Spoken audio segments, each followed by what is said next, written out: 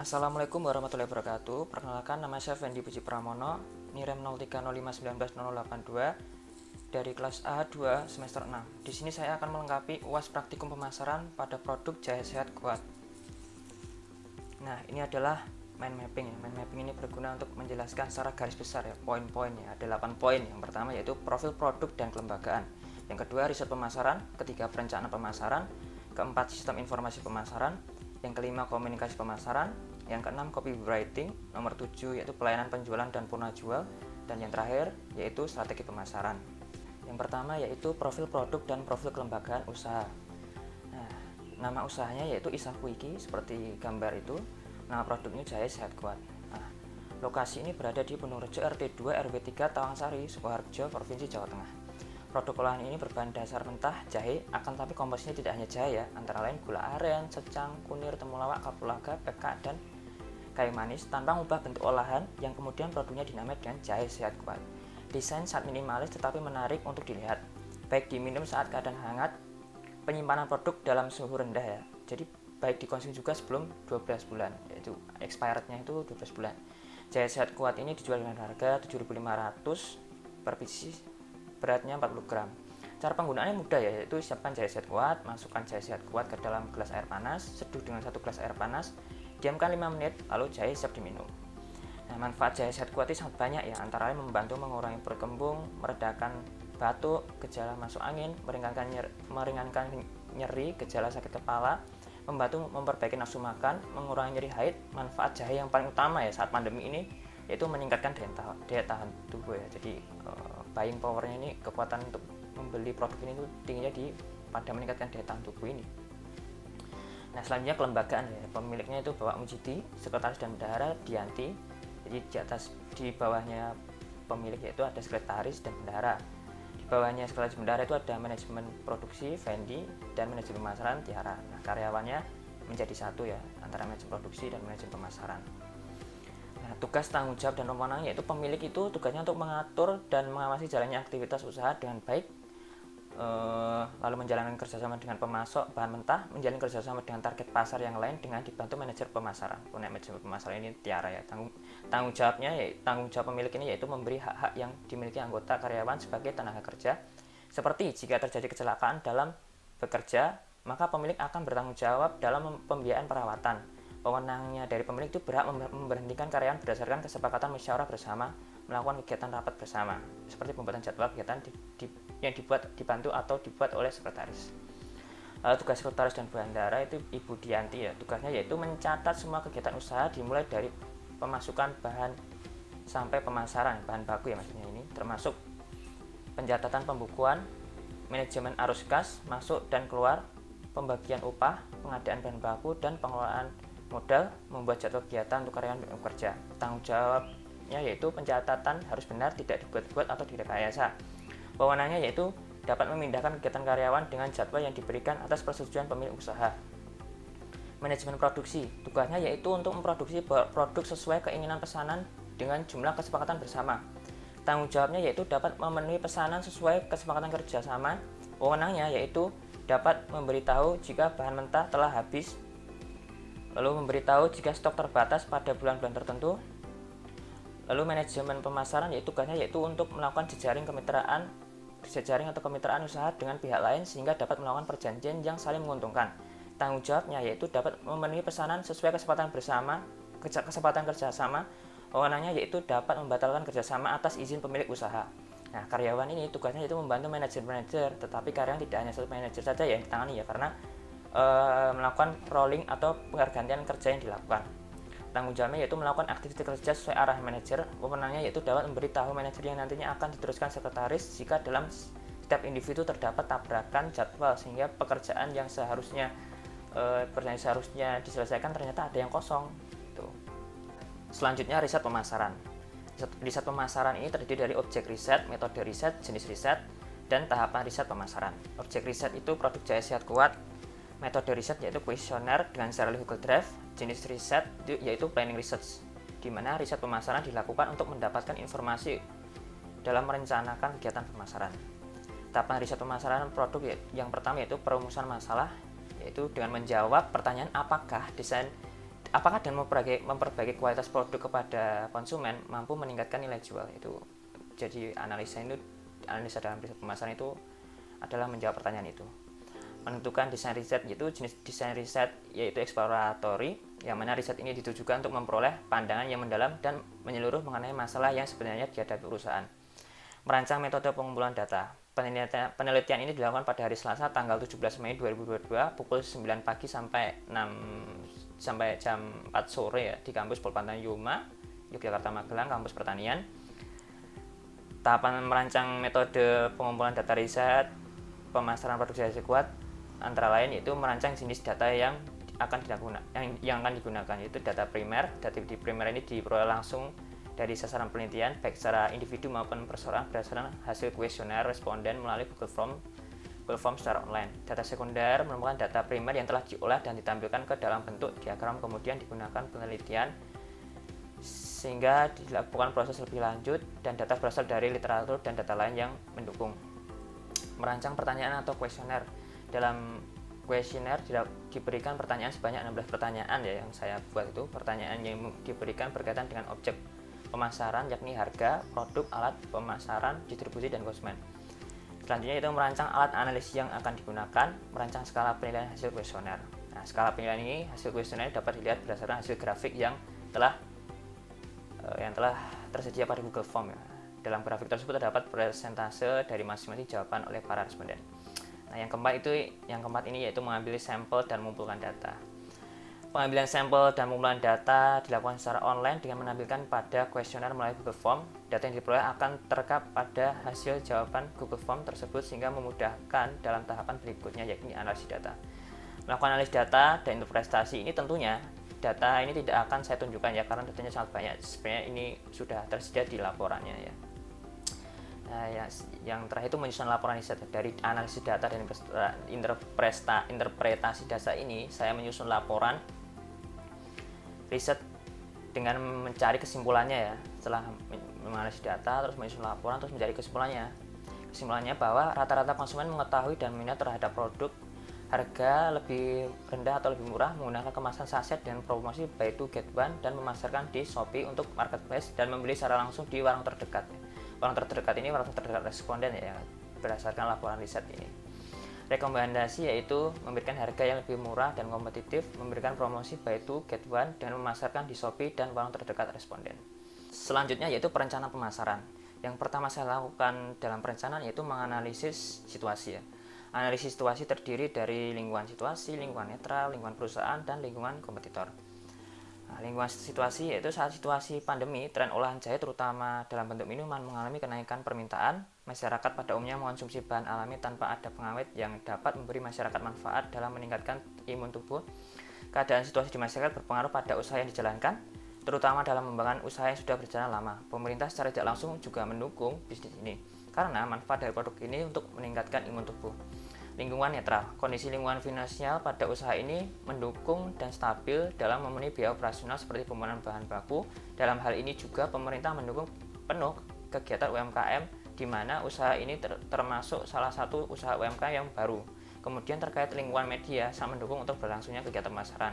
Karena media ini selalu membahas tentang bahaya akan pandemi ini ya, sehingga masyarakat pada umumnya akan diarahkan dalam rangka meningkatkan imun tubuh. Lingkungan masyarakat yang menerapkan gaya hidup sehat menaruh minat khusus pada produk ini. Selanjutnya lingkungan perusahaan. Usaha yang dijalankan dibentuk dari keluarga, jadi dalam bekerja tidak ada perasaan canggung, lebih nyaman. Sebelum melakukan proses produksi, telah melakukan perencanaan terlebih dahulu. Modal dalam usaha ini bersumber dari dana pribadi pendiri usaha. Bentuk modal yang perlu disiapkan dalam usaha ini yaitu berbentuk uang yang nantinya akan digunakan untuk biaya operasional produk usaha. Pemasok yang berkaitan dengan usaha ini yaitu para penjual bahan baku. Lingkungan kompetitor. Usaha jenis di lingkungan tentunya ada. Konsep pembuatan usaha ini juga dalam melakukan rebranding pada produk magang yang pernah dilakukan, sehingga kompetitor adalah usaha yang saya tempati magang. Maksud saya yaitu usaha sejenis di lingkungan tentunya ada ya. Konsep pembuatan usaha ini juga melakukan rebranding pada produk magang yang pernah saya lakukan, sehingga kompetitor adalah usaha yang saya tempati magang. Tentunya tidak hanya tempat magang juga, tetapi bisnis usaha yang sejenis di kabupaten termasuk banyak. Kabupaten Sukoharjo juga merupakan kota jamu, jadi bahan baku mudah didapat. Nah, target pasar, tentunya bisnis usaha target pasarnya 1 bulan itu 60 bungkus saja ya, karena masih baru. Dengan menerapkan perencanaan STP ya, segmentasi, targeting, dan positioning. Masalah dan kesempatan itu masalah ya, kalah saing dengan produk-produk biofarmaka yang sudah berdiri atau membuat toko yang punya tingkat penjualan dan rating yang tinggi. Ini online ya maksudnya. Tampilan atau pamflet produk yang kalah saing atau kurang menarik pada tampilan tersebut ya. Ini terjadi juga online. Banyak masyarakat yang belum paham dengan belanja melalui marketplace, akibatnya mereka ingin pesan langsung melalui WhatsApp dan Instagram atau datang langsung ke rumah. Subsidi ongkir juga menjadi hambatan karena di Shopee tidak selalu ada voucher gratis ongkir, akibatnya mereka ingin membeli secara langsung. Karena produk jahe dan peminat jahe kebanyakan orang tua tidak bisa melakukan kegiatan berbelanja ya, secara keseluruhan ya. Ini maksudnya online ya. Jadi inginnya mendatangi ke rumah.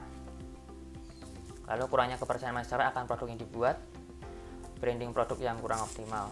Nah, kesempatannya itu memberikan suatu platform atau tampilan produk yang lebih menarik sehingga minat konsumen tinggi, melakukan sharing testimonial dengan menggunakan sosial media agar tingkat kepercayaan tinggi. Sasaran pemasaran dan tujuannya itu banyak sekali ya, ada mahasiswa penggemar, penikmat minuman sehat kekinian, masyarakat umum secara luas yang mengikuti tren gaya hidup sehat tentunya, akuisisi pelanggan, dan konten media sosial.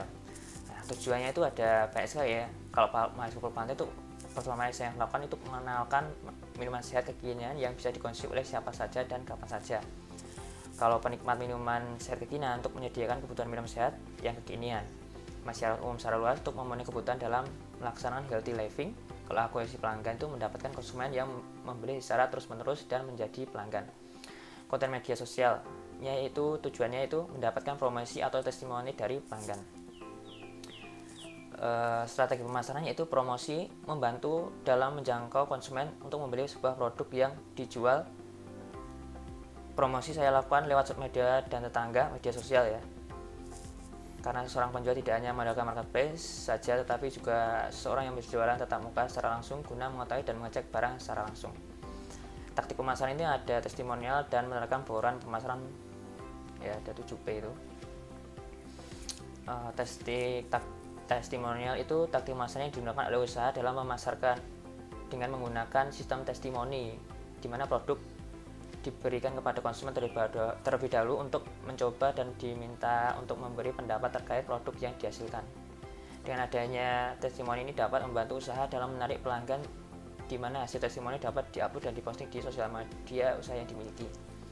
Nah, program pemasaran itu ada produknya tentunya sesuai kuat, price atau harga itu 7.500 dan berat 40 gram.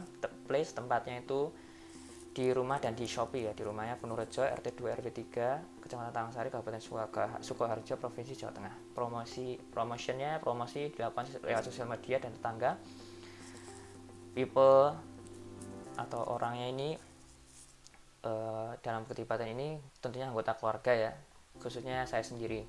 Prosesnya itu jika lewat marketplace itu pemilik toko mempromosikan di marketplace, lalu dilakukan order oleh buyer, kemudian melakukan proses pembayaran. Setelah memproses order ke jasa pengiriman, jasa pengirim mengirim ke buyer ya.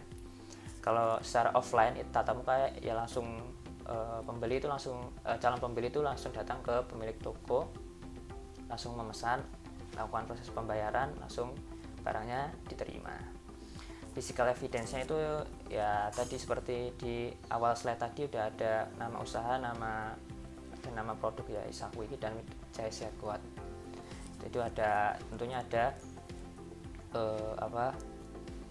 Shopee juga ya. Nanti akan saya jelaskan di sistem informasi pemasaran. Nah, implementasi dan kontrol. Implementasinya itu untuk memperhatikan aspek evaluasi tiap unit usaha. Implementasi disesuaikan dengan target dan rencana usaha. Kontrolnya dilakukan secara berkala dengan cara identifikasi, pengumpulan data, analisis hingga evaluasi bersama. Nah, ringkasan dari perencanaan ini yaitu menganalisis situasi dengan mencari target pasar sampai dengan implementasi dan kontrol saat pandemi. Lalu karena situasi sangat mendukung ya dalam melakukan bisnis usaha ini, sehingga pada akhirnya bagian kontrol atau evaluasi dapat dilakukan dengan optimal. Selanjutnya yaitu sistem informasi pemasaran. Sistem informasi yang digunakan yaitu menggunakan marketplace Shopee dengan link tersebut. Hal ini dikarenakan Shopee memberikan informasi pemasaran yang sangat menarik dilihat, mudah digunakan baik produsen, konsumen. Informasi produk mudah diketahui, biaya dan ongkos pengiriman dapat diketahui. Nah, seperti gambar ini ya, jadi lengkap. Nah, tokonya ini bernama isakuiki_26. Solusi pada deskripsi toko tentang toko: menjual jaya sehat kuat, murah, berkualitas tinggi, meningkatkan daya tahan tubuh, terutama saat pandemi COVID-19. Jadi informasi pada toko sudah tertera jelas maksud tujuan berdirinya toko.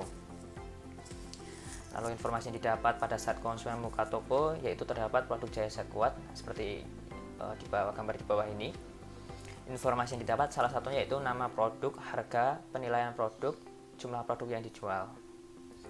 Nah, pada bagian ini juga informasi produk lebih detail disampaikan yang di bawah ini ya. Salah satunya informasi yaitu konsumen dapat membeli produk dengan ongkos kirim yang sudah diperkirakan. Jika konsumen belum sempat membeli karena berbagai macam hal, dapat memasukkan ke dalam keranjang agar dapat dilihat di lain waktu. Informasi yang didapat konsumen yang lainnya yaitu spesifikasi, deskripsi, dan penilaian produk dari konsumen yang telah membeli. Keterangan produk ini memberikan kejelasan suatu produk yang ditawarkan. Komunikasi pemasaran terdiri dari kegiatan komunikasi pemasaran yang dilakukan, rencana komunikasi pemasaran jaya sehat kuat, tahapan mengembangkan komunikasi pemasaran, strategi komunikasi, dan platform yang komunikasi pemasaran yang digunakan ya. Kegiatan komunikasi pemasaran yang dilakukan yaitu konsumen membeli produk jaya sehat kuat, konsumen membeli produk jaya sehat kuat kembali, konsumen mengajak temannya untuk membeli produk ya. Jadi seperti itu. Rencana komunikasi pemasaran jaya sehat kuat yaitu promosi, yaitu dengan diskon, gratis ongkir. Periklanan itu WhatsApp, Instagram, dan Shopee.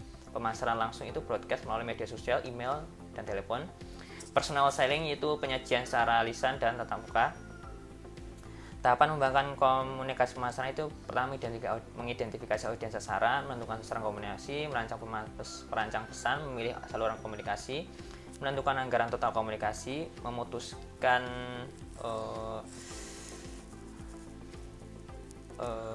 bauran komunikasi, mengukur hasil komunikasi, mengelola proses komunikasi. Strategi komunikasi itu ada brand image dan brand relationship. Brand image itu yaitu meningkatkan persepsi baik terhadap produk jaya sehat kuat kepada masyarakat. Brand relationship itu meningkatkan ikatan emosional yang dihasilkan dari interaksi antar konsumen dan atau produk jaya sehat kuat ya. Platform komunikasi pemasaran ini ada Instagram, Shopee. Selanjutnya yaitu copywriting. Nah, seperti gambar ini termasuk question headline ya, karena kenapa ini termasuk question headline? Karena di bagian headline ini ada sebuah pertanyaan, sudahkah Anda minum wedang jahe hari ini? Itu termasuk question headline. Terus 1% haus, 99% nagih. Ini maksudnya itu bahwa produk ini tuh bikin nagih ya, dengan 8 komposisi untuk meningkatkan daya imun tubuh saat pandemi. Lalu harganya itu 9.500, saya coret menjadi 7.500 biar menarik konsumen gitu, seolah-olah itu ada diskon gitu, padahal ya 7.500 terus gitu. Oke, selanjutnya yaitu pelayanan penjualan dan purna jual atau pelayanan prima ya. Pelayanan prima adalah upaya usaha untuk memberikan pelayanan terbaik kepada para pelanggan. Pelayanan prima yang akan dilakukan dalam bentuk yaitu kecepatan, keramahan, ketepatan, kenyamanan. Nah, kecepatan itu maksudnya saat merespon konsumen harus fast respon gitu kepada konsumen maupun calon konsumen, karena ini dapat memberikan kesan yang baik kepada pembeli sehingga pembeli merasa terbantu dengan respon yang ada pada pelayanan. Keramahan, melakukan gestur ya yang sopan, rasa hormat, timbang rasa, dapat memberikan perasaan yang nyaman kepada pembeli sehingga pelanggan merasa puas. Ketepatan dalam waktu tunggu dan proses pada produk tersebut sampai ke tangan pembeli, jadi pembeli tidak merasa menunggu lama dengan proses barang yang diterima ke pembeli harus tepat. Kenyamanan itu menjelaskan dan memberikan fasilitas yang dibutuhkan ke konsumen atau calon konsumen. Nah, pelayanan prima pada penjualan produk di usaha Isakuiki dilakukan dengan cara online dan offline ya. Online itu adanya layanan chatting kepada konsumen, adanya layanan telepon pada konsumen, mengecek produk sebelum barang dikirim, adanya garansi, cara memakai produk, cara simpan, menanyakan saran dan masukan lewat chatting atau telepon, pelayanan pesan antar dan COD dengan syarat dan ketentuan berlaku, melakukan pendekatan personal dan testimoni mengenai produk agar terjalin hubungan yang baik dengan konsumen dan dapat membeli secara berkelanjutan. Nah, kalau dengan offline itu adanya karyawan yang melayani langsung dengan pembeli, memberikan produk terbaik kepada konsumen, mengecek produk sebelum barang diterima konsumen, menyediakan fasilitas yang mempermudahkan konsumen untuk membeli produk, adanya garansi, cara memakai produk, cara simpan, pelayanan pesan antar dan adanya pelayanan pesan antar dan COD dengan syarat dan ketentuan berlaku ya. Menyediakan kotak saran, melakukan pendekatan personal dan testimoni mengenai produk agar terjalin hubungan baik dengan konsumen dan dapat membeli secara berkelanjutan tentunya. Konsep standar layanan yang diberikan UMKM Isaku ini penampilan itu memberikan penampilan yang menarik agar konsumen merasa perlu untuk membeli produk Jayset kuat ya. Sikapnya itu ramah, sopan dan dapat membuat konsumen nyaman berinteraksi. Perhatiannya memberi perhatian kepada konsumen tentang keinginan dan kebutuhan yang ingin dibeli. Tentunya ya terkait dengan penjelasan produk, cara pemakaian, cara menyimpan produk, berapa lama dikonsumsi, lalu melakukan tindakan yaitu setelah memberikan perhatian maka melakukan tindakan yang nyata terkait kebutuhan atau keinginan konsumen. Kemampuannya itu maksudnya itu kemampuan untuk memenuhi kebutuhan dan keinginan konsumen terkait jumlah produk yang ingin dibeli. Lah, setelah produk itu dibeli konsumen itu ada tanggung jawabnya, itu perusahaan memberikan pelayanan purna jual seperti garansi dan pengembalian produk. Selanjutnya yaitu strategi pemasaran. Strategi pemasaran dilakukan dengan cara online dan offline. Online menggunakan media sosial dan offline dengan tatap muka secara langsung dengan cara berbagai macam metode seperti metode buy one get one, membeli satu produk mendapat satu produk lagi ya. Tetapi hal ini terjadi ketika perusahaan melakukan pertimbangan terlebih dahulu ya, tidak asal dengan metode buy one get one, itu perlu kondisi-kondisi tertentu untuk melakukan seperti itu. Lalu metode free ongkir ini terjadi ketika hanya di daerah kecamatan saya sendiri yaitu di daerah Tawangsari. Kalau di kecamatan lain itu tentunya tidak ya. Menggunakan marketplace ini tentunya Shopee ya yang dimaksud ya, itu market Shopee ya. Tentunya sudah tersedia ya dengan mengetahui informasi dari produk sehingga pemasaran dapat berjalan. Lalu mengoptimalkan media sosial, pembuatan konten yang menarik, konten yang sudah ada diupload di media sosial dan dapat dicetak untuk disebarluaskan. Jadi mainnya di online dan offline juga. Nah, mungkin itu saja ya penjelasan dari saya, kurang lebihnya mohon maaf. Wassalamualaikum warahmatullahi wabarakatuh.